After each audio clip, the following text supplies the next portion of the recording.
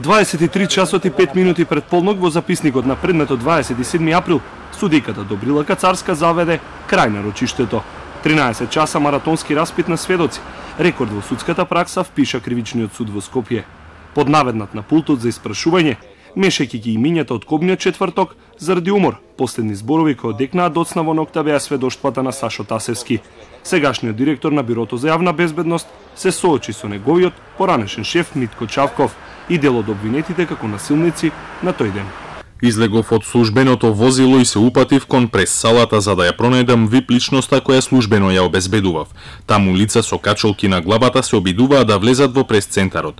Јас го извадив пиштолот и кажав полиција за да не пристапуваат кон личноста која ја заштитувам и тогаш нагрнаа да ме удираат и навредуваат. Сведокот пред Тасевски ги посочи обвинетите пратеници Крсто Муковски и Сашо Василевски дека отвориле собраниската капија за да влезе толпата, а пред него заменик министерот Агим Нухил 3 часа одговараше на прашања. За 13 часа во судницата се доручкуваше, ручаше, а еден обвинет побара и лекарска помош. Сепак, според првата судијка Добрила Кацарска, не постоја причини рочиштето да продолжи во вторник. Се што предвиде реализираше во вчерашниот ден, со што ги прибра реакциите од правниците доцна по полнок. Експертите пак велат дека исцрпувањето на странките во постапката, Европскиот суд за човекови права во Страсбур може да ги оцени како неправично судење. Обвинетите лица без оглед и на исходот ова долго траење на постапката без друго може да го канализираат и упатат понатаму во судот во Страсбур, односно да поднесат жалби за овој начин на водење на постапките. Ова се на некој начин кршење на права на обвинетите. Тоа што судијата одлучил да го насрочува предметот, знаете и сами во текот на следниот месец веќе имаме 17 насрочени расправи за овој предмет. За да се одржи 27 април во недоглед, се одложија предметот за насилството во општина Центар и предметот Топлик.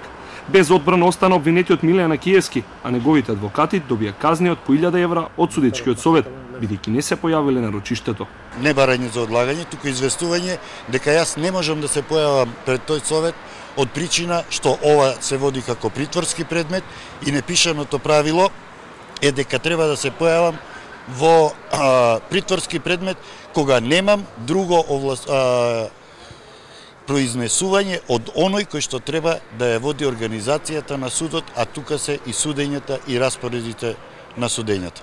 Ако синоќа тројца адвокати не можеа да бидат на трите рочишта истовремено, од Коалицијата за правично судење прашуваат како обвинетиот Мунир Пепик и во Титаники за 27 април ќе може да се брани во двата предмети, кога Кацарска закаже 17 рочишта за 27 април во месец октомври или безмалку секој работен ден. Одговор на овие прашања даде судот. Според претседателот Иван Џолев, судиката постапува според судскиот деловник, Законот за судови и Законот за водење кривична постапка.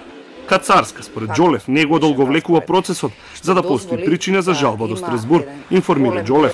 27 април продолжува со доказна постапка, а веќе за во вторник се предвидени нови четворица сведоци, предложени од обвинителството, кои треба се спротистават на 33 обвинети за насилството од ланскиот крвав четврток.